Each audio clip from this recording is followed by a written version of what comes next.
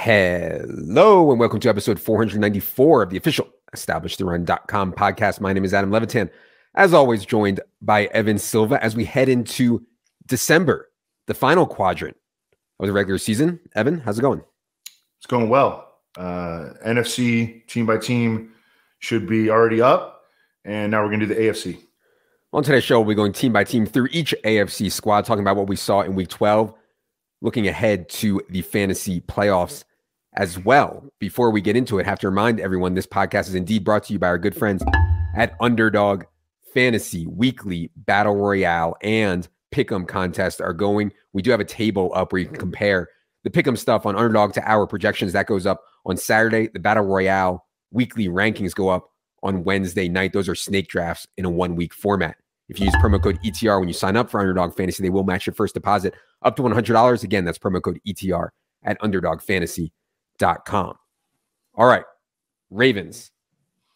I watched this whole game because I was like, I had a ton of Lamar in tournaments and I had a ton of Mark Andrews in tournaments. So I really had a close eye on this game. It's not as bad as it seemed, man. They just could not score in the red zone. Lamar hit Mark Andrews in the hands, with a touchdown pass that he dropped. I believe Justin Tucker kicked 3 shortish field goals in the first half and another one in the second half. They just could not score in the red zone. And honestly, maybe that's something to do with not having really any wide receivers to speak of to throw to. I still thought that Lamar played a pretty good game rushing and throwing despite what the box score looked like. What do you see out of the Ravens game against the Jaguars? Yeah, and Mark Andrews got vultured by Josh Oliver late in the game. I had 2 really good teams that were both cashing like before the second half even started in the Millie and the power sweep. And I had Godwin on both of them. I had Andrews on both of them, and that really would have been nice, like scoring that touchdown that he dropped.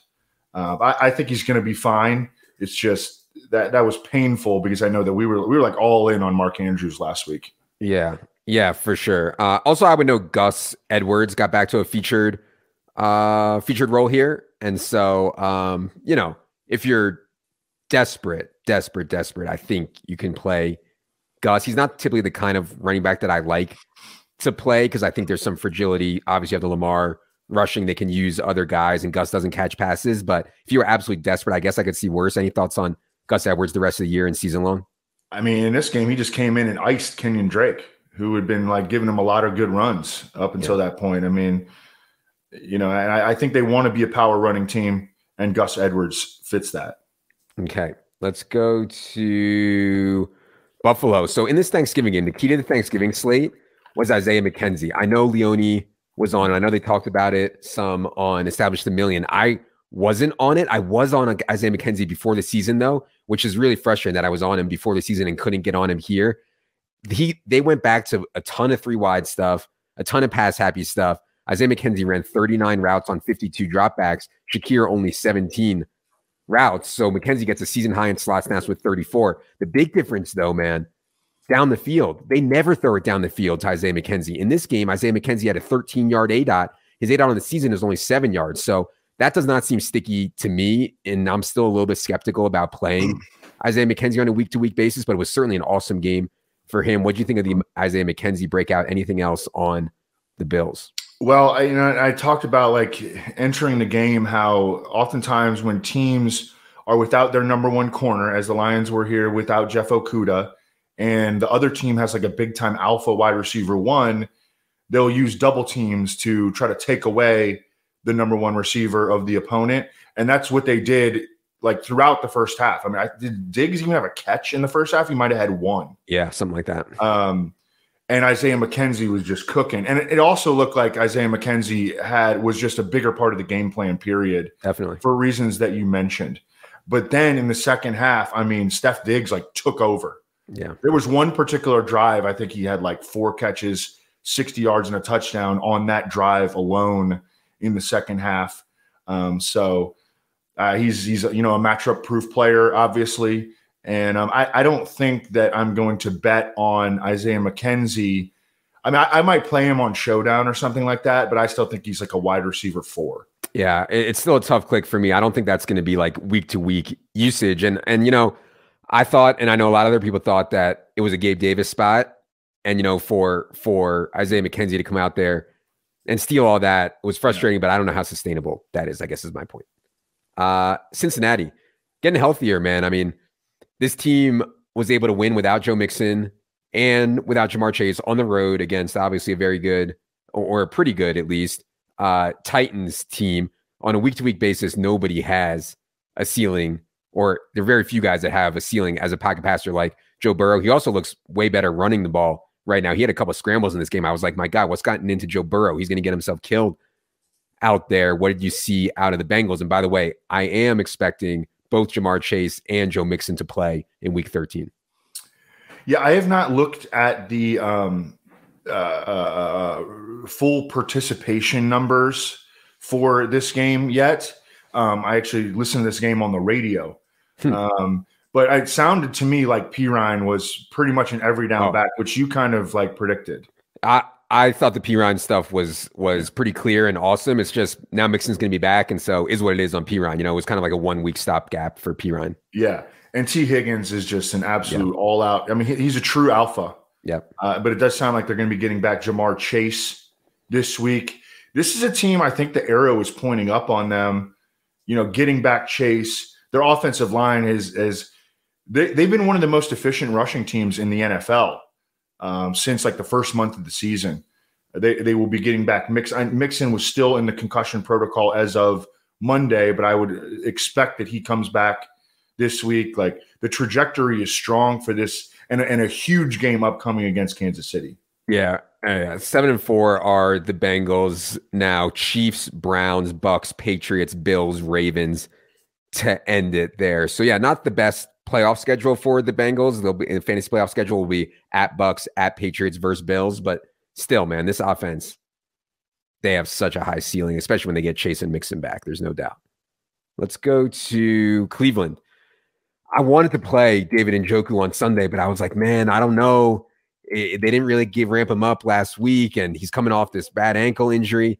They went for it, though, and he looked really good. Back up to a nearly full-time role was David Njoku on Sunday, 81% of the snaps, a route on 74% of the dropbacks, catches a touchdown, 19% target share. So that's good on David Njoku. I think going forward, he is like a no-doubt top 10, top 8 fantasy tight end. The big story is Deshaun Watson will be back this week. And before we go to that, I just wanted to say, Jacoby Brissett exceeded expectations for me, and I'm sure a lot of other people this year. He was actually really good. Amari Cooper is a top 10 fantasy wide receiver in points per game this year with Jacoby Brissett at quarterback. So it's not like it's a huge, Deshaun Watson's here, they're going to go from dust to awesome. I mean, Jacoby Brissett's been pretty good. So what do you think about Deshaun coming back and Njoku? Anything else on the Browns?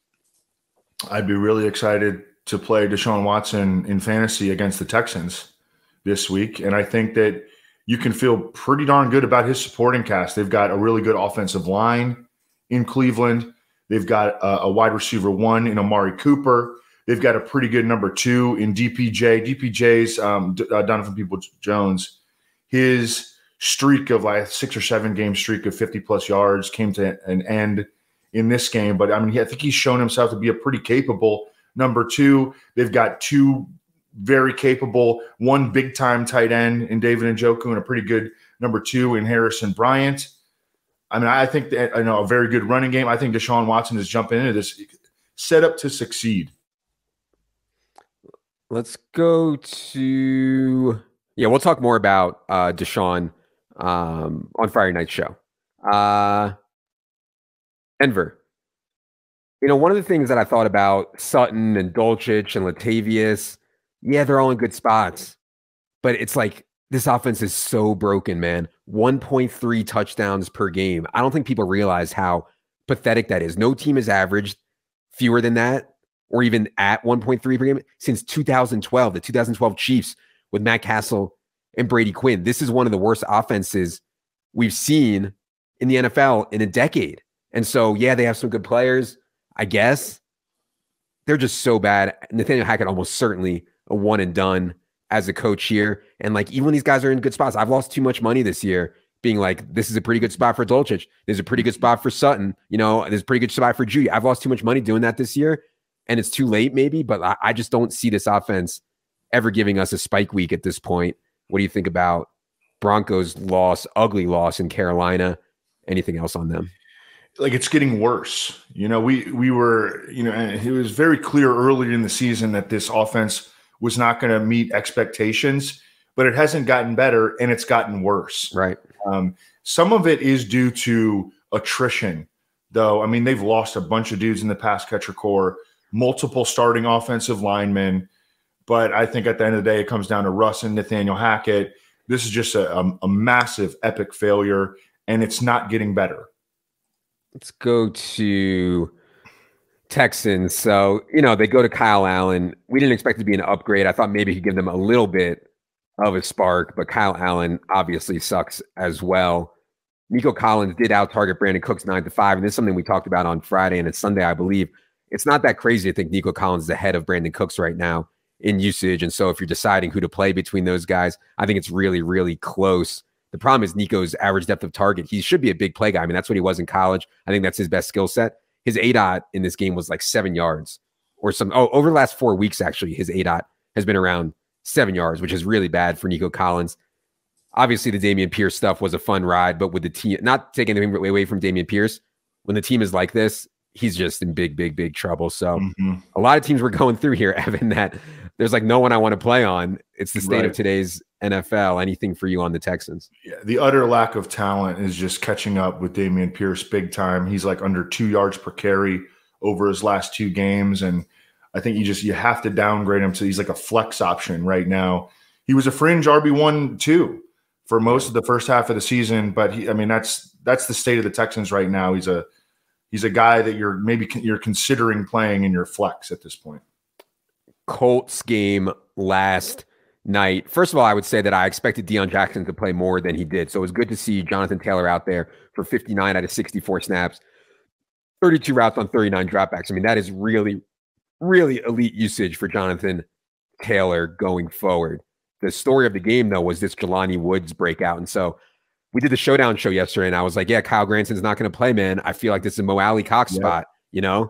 And it turned out to be a Jelani Woods spot. Now, draft people know who Jelani Woods is. This dude is 6'7", 260-something, ran a 4.61, and as you saw last night, can really, really catch the football. Ran a route on 69% of the dropbacks, gets 9 targets for a 26% share, 8 catches, 98 yards. I'm curious what you thought of Jelani Woods coming in to the draft, and do you think any part of this is sustainable? Because there's so many people out there just desperate for tight end help. Yeah, the thing is that Kyle and Granson he missed with an illness. So you would think it's probably COVID.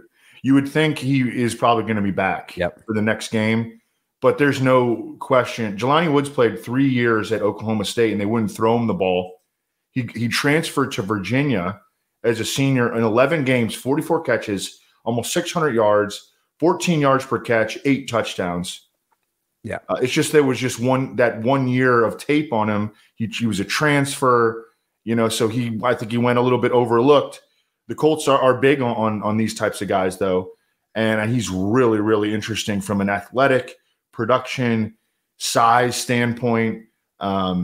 I mean, they should probably continue to keep him involved even when Kylan Granson comes back, but that's definitely not something that you can count on. They use a ton of tight ends in Indianapolis. Yeah, I would add Jelani Woods if I needed tight end help and just see how it goes with Granson's health, see how it goes with kind of some of the usage stuff around him. And if I was desperate, start him and see how it goes. But yeah, I think at the tight end position, anyone who can do what Jelani Woods did last night is worth adding. Like, that's the state of the tight end position.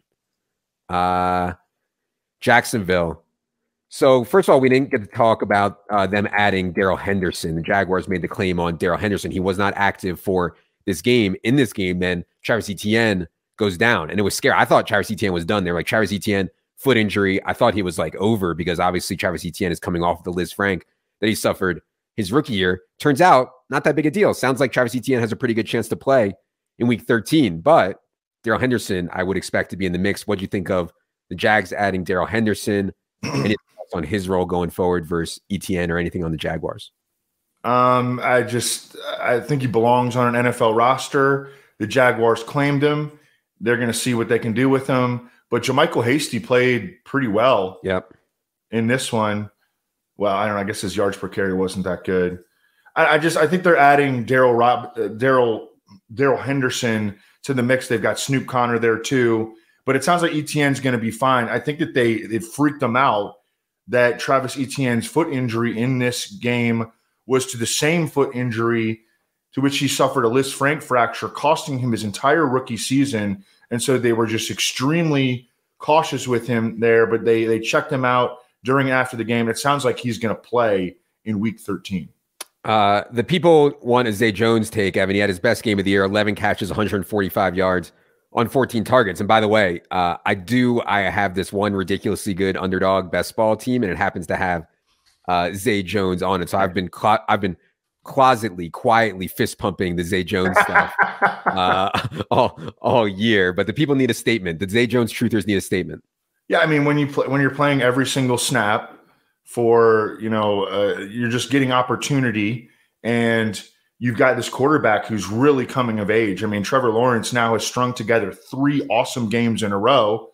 Like, there's going to be production there in the receiver core. This wasn't a big game for Christian Kirk. It wasn't a big game for Marvin Jones. It happened to be for Zay Jones. So that's great. I mean, hey, do we think that this player is breaking out in week 12 of his 6th NFL season after really showing pedestrian skill set throughout the previous 5.5 years of his career? I mean, I don't know. What do you think about that? No, I think Trevor Lawrence is a talent elevator. Right. Trevor Lawrence is a baller, man. Like, Trevor Lawrence is going to be a very, very good NFL quarterback for a very long time, I think. And so, yeah, he's going to drag along guys like Zay Jones with him. I think, maybe Zay Jones is an average talent, but the situation right now is very, very good, So, yeah. Yeah. Let's go to Kansas City. So I was frustrated with the Juju stuff. I didn't end up playing Juju. I did think about it, but off the concussion, they eased him back in. And Andy Reid was like, well, we didn't know how much we'd get from him. He didn't get a full practice in the last couple of weeks, blah, blah, blah.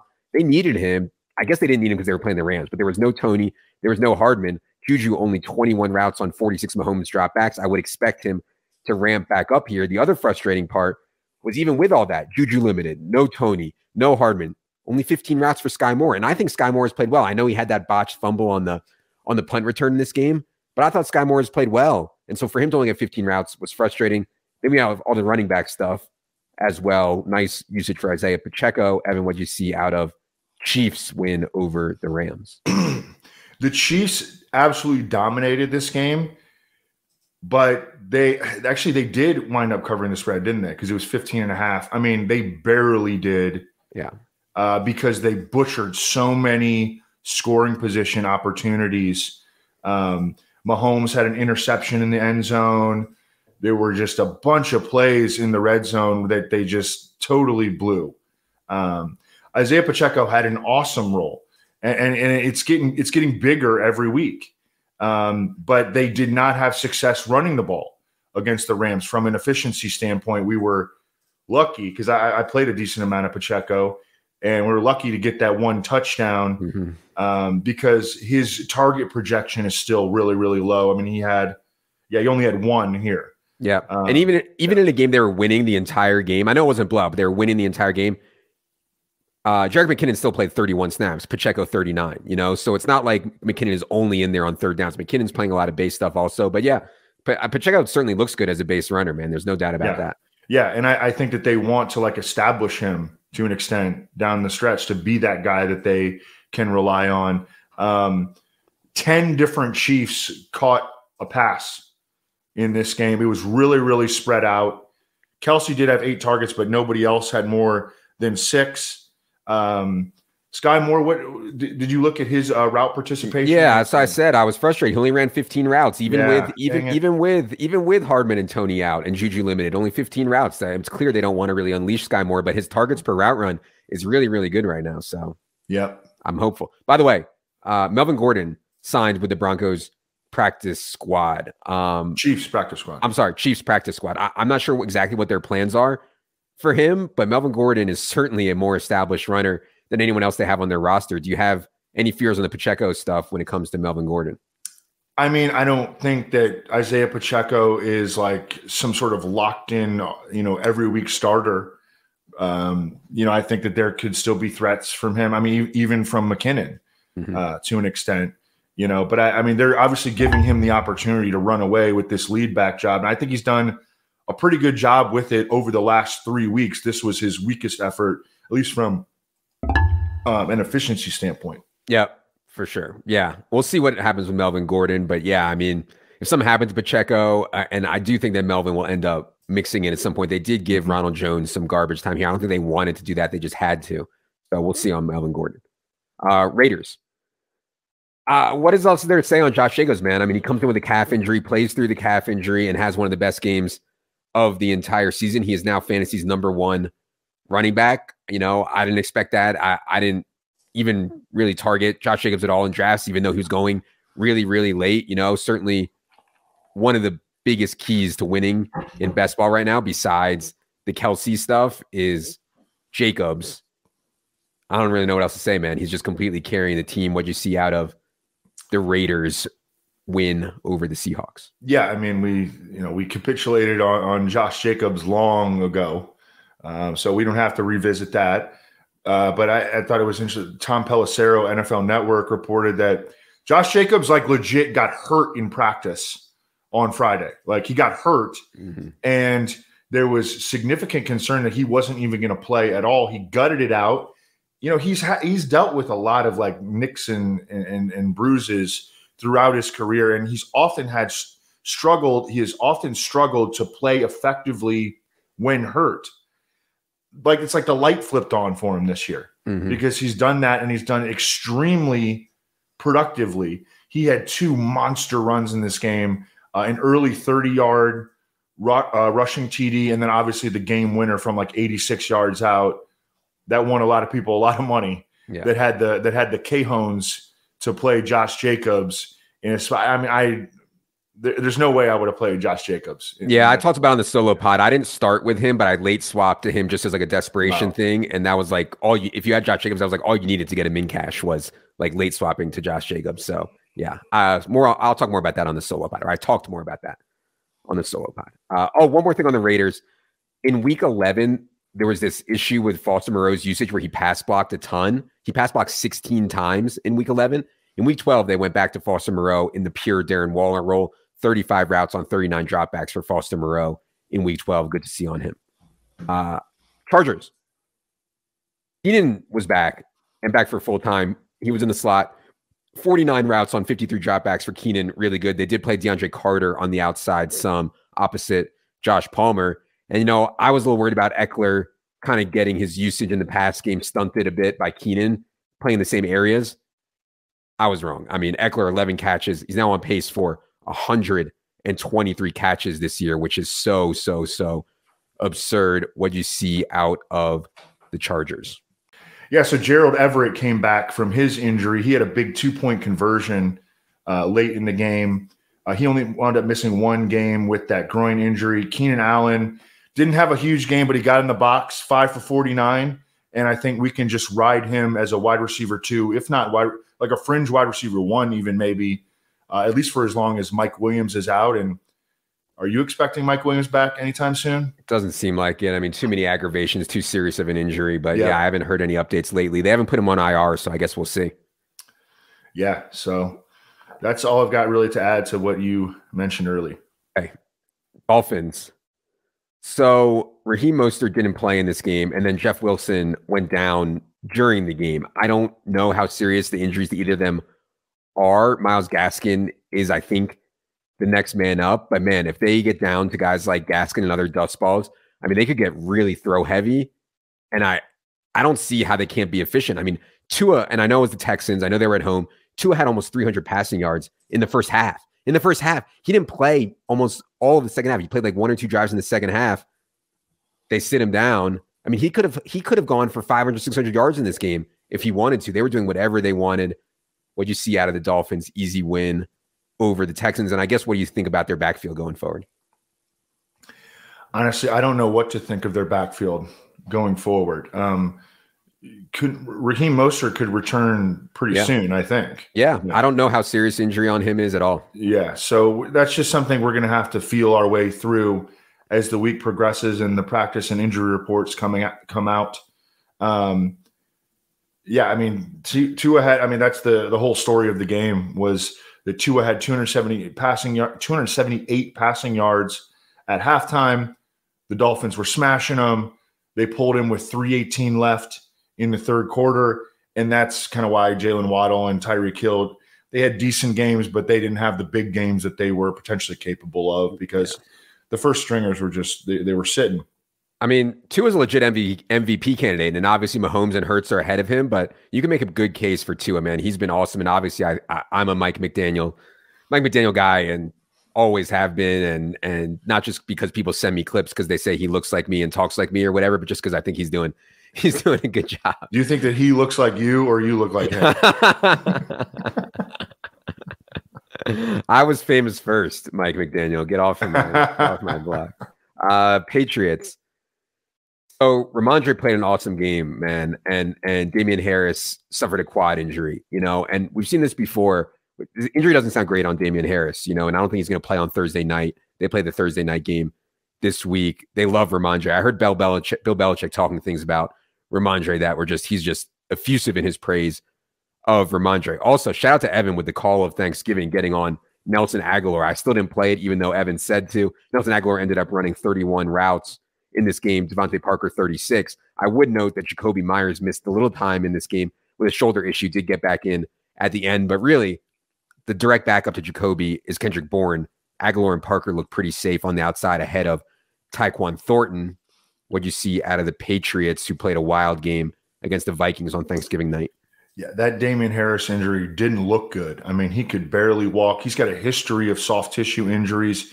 No way he's playing on Thursday night. I saw Jack Miller and Mark Dankenbrand tweet out like the same stat.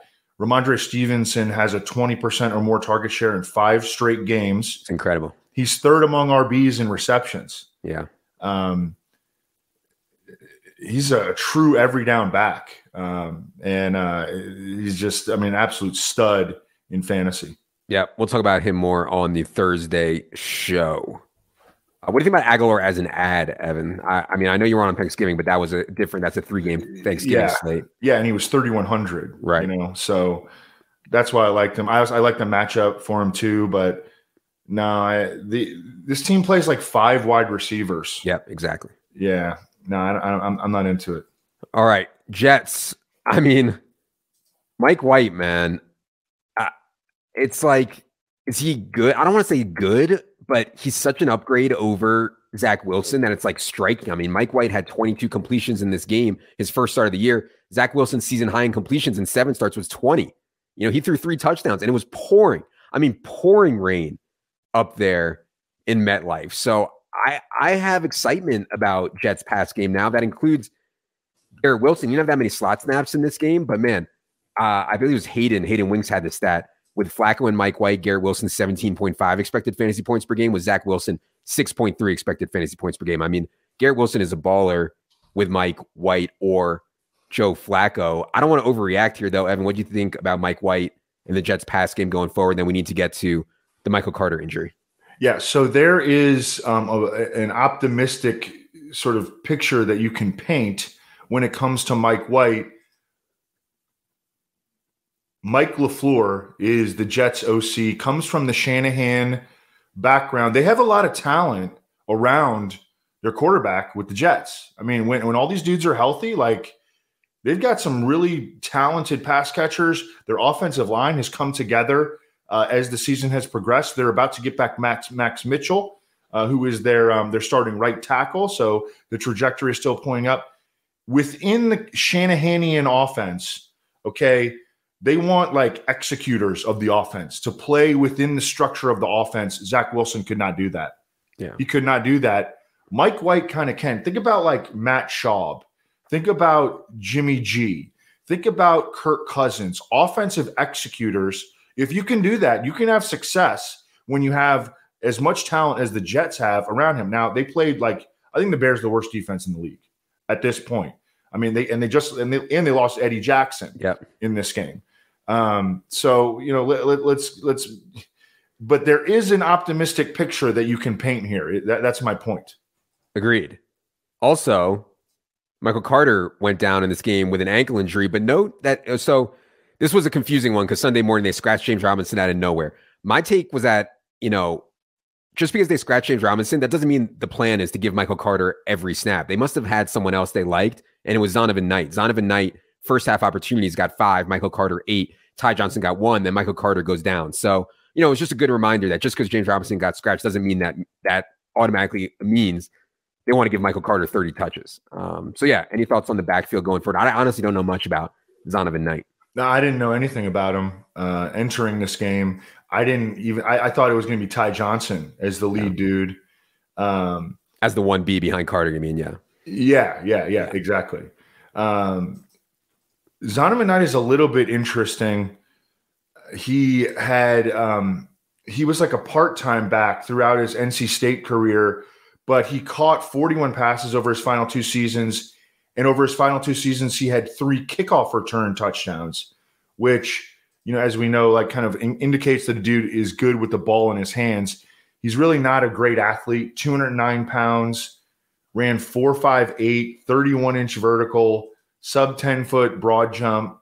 But I don't know. There were some interesting things I thought on his profile, and they clearly see him as more of a lead back type than Ty Johnson, who's kind of always been a change of pace back. But it does sound to me like Michael Carter is going to be back sooner rather than later, though. Michael Carter ankle injury does not sound serious, so we'll see on his status for week 13. Did not sound like a serious one on Michael Carter. Steelers last night. So Jaylen Warren was out with the hamstring injury. Najee Harris goes down with an abdominal strain. That left Benny Snell for 28 snaps, 13 opportunities. Anthony McFarland for 21 snaps, 8 opportunities. Do you have a preference? And I haven't seen anything on how bad Najee Harris's injury is. Hopefully you guys have been stashing Jaylen Warren. Evan has been emphasizing that all year. If he gets back, he could have a really big role. But any preference for you between Snell and McFarland? Anything else on the Steelers? They were both decent in this game, but we've seen the Benny Snell thing. Yeah. It's just he's terrible. Yeah. Pickens didn't have a big game here, but he did. I mean, he continues to make like highlight reel catches. Deontay Johnson continues to get a bunch of targets and do very, very, very little with them. Yeah. Yeah. And, assuming that Warren and Najee are both out, I would only start Snell or McFarland in like the most desperate of situations. This scheme and offense is not conducive to a lot of running back points when you're not that good and you're sharing time, So, yeah. Last one is Titans. Treylon Burks, man. I mean, I know he made the hustle play to get a touchdown. That was really fluky, but last 3 weeks, 81% of the routes per drop back, 20.6% target share. I mean, that's really, really good usage. Obviously, he made a really big play downfield. Tannehill just missed him on another big play earlier in the game. I mean, arrows pointing up big time for Treylon Burks right now. What do you see on him? Anything else on the Titans? Yeah, I would feel really optimistic about Treylon Burks finishing fast because I think he's the clear number 1 there. Now, his on-field participation is starting to reflect that as well. And like he's making big plays down the football field. And that's what they want to be. They want to be, put the ball in Derrick Henry's belly as many times as we can. But when we're not, like we're going to use play action, try to take shots downfield. Treylon Burks has been winning in those situations. Yep. All right. That is going to do it for the Team by Team podcast ahead of week 13. Be back on Friday night with Evan for subscribers on the Yes. 4. Evan. 4. Producer Luke. I'm Adam. Good luck, everybody.